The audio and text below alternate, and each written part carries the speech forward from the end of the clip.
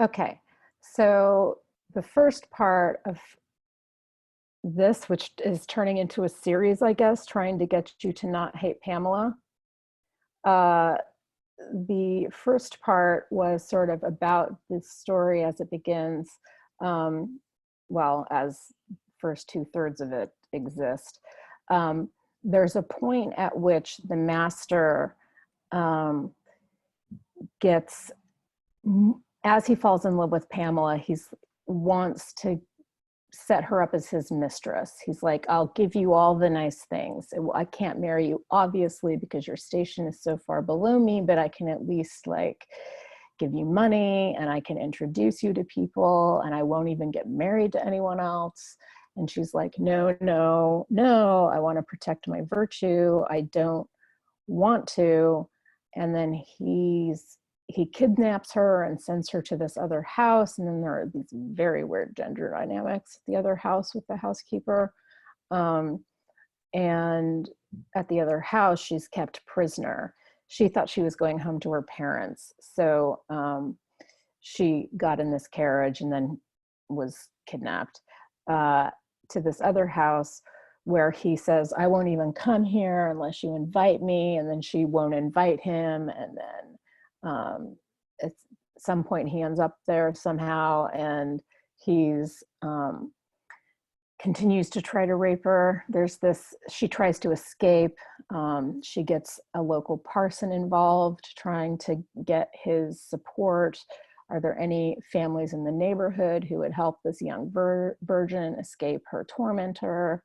And it turns out that none of those things work. She can't get out. And through all of this, we're meant to be really sympathetic to her, of course. And then there's this weird moment where he loves her so much that he does send her home. The master sends her home.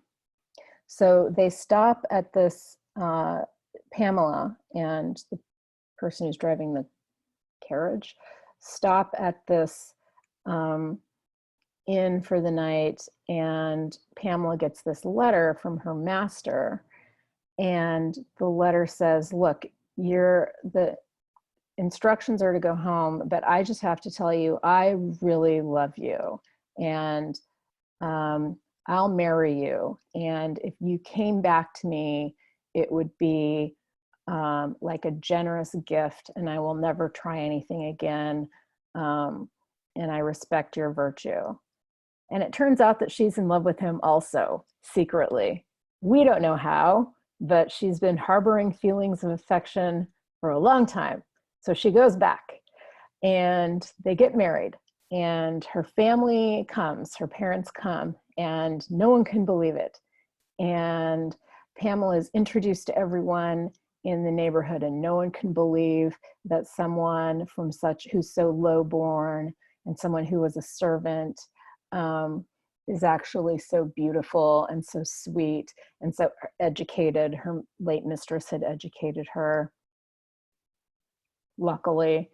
So she's sort of universally beloved, except by his sister, who's really, really mad at her and won't believe they're married.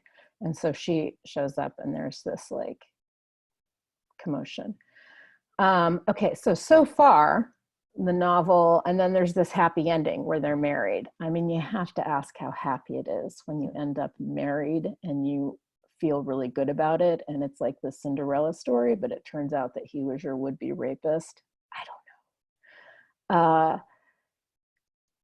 But you're only about 3/4 of the way through the book, and the last, I don't know, 50, 100 pages of the book are Pamela telling you, or rather writing out still in letters, all of the ways in which she's never been happier than as this wife. And the way she characterizes wife is as this incredibly submissive, absolutely personality-free woman who not just does whatever her husband wants her to do, but thinks the way her husband wants her to think, obviously acts, thinks, dresses like, speaks like her husband wants her to. And she says, she calls his rules injunctions. And she says, give me more of your sweet injunctions, to him more than once. And he's like, I will gladly tell you all the rules of being a good wife. And this is meant to be part of the, so there's two, at least, major parts of how this is a story that operates as a conduct book. If you manage not to get raped, read If You Remain Virtuous, then you will end up happily married in a Cinderella style, maybe. And that married women are meant to act in this very particular way, which she's going to. And then that's how you live happily ever after. There's even buried in the end of the book this tale of this woman who was Mr. B is the master, who was Mr. B's mistress, and then got pregnant, and he just like discarded her because she was a whore, and how now he would never discard Pamela because she protected her virtue, unlike this other woman.